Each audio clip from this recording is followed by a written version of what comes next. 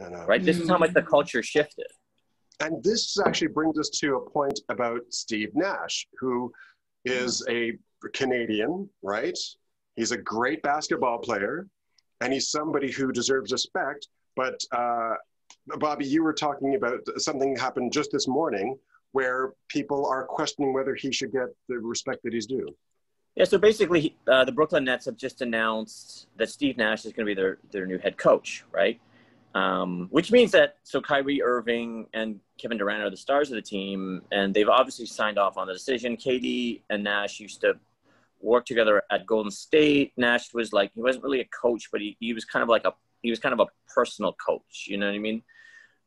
So he's already the superstar's approval, but Stephen A. Smith, who's, very famous Black sports analyst, who I really appreciate. He's absolutely hilarious. He says some really interesting things, but I don't know. Today, I think he got it wrong. And he said this is an example of white privilege. And basically, this is what's wrong with the system. And why couldn't they get some Black candidates? And they named a few coaches who have not really been very successful, who are Black. But he was like, but they've coached before, and Nash hasn't. And I'm like, okay, but you're talking about a guy who's one of the best basketball players of all time, right? Maybe the highest basketball IQ of any basketball player ever. Certainly in that conversation. And then you're going to dismiss him automatically because he's white. And look, I understand that it's an interesting time. It's in a way, it's exciting. Having fought for people of color for 2 decades, because Black Lives Matter is making some really amazing strides. But at the same time, you can't, I don't think that we can spill over to the side where, well, now white people are not allowed to participate in the economy, right? Okay, I don't,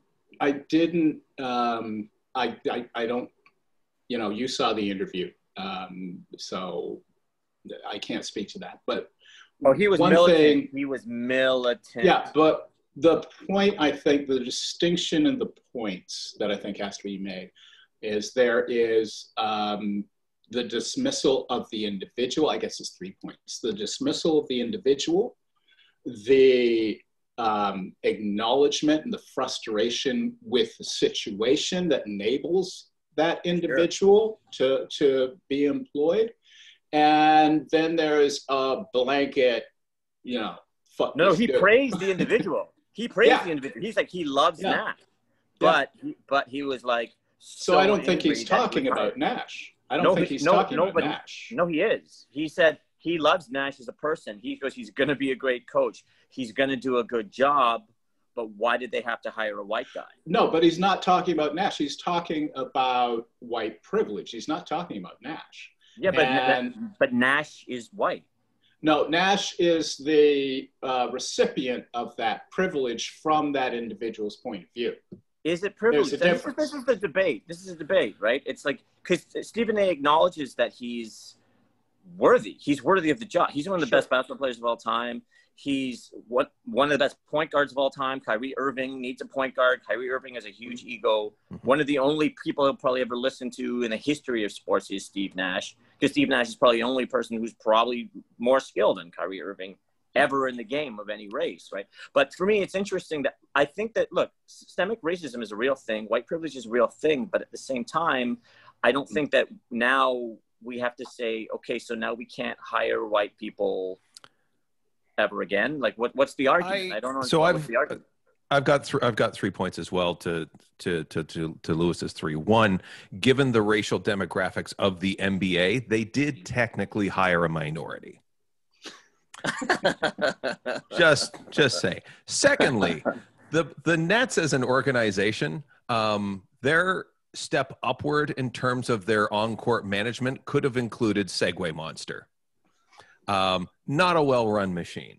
And thirdly, to Bobby's point, yes, he's one of the best guys out there. But I would argue, and we talked about this before, I would like to see sort of like who else was on that short list. Like, were there worthy names, and was his name happen to be at the top? Were they equally qualified black candidates. In that case, then you're having a different conversation.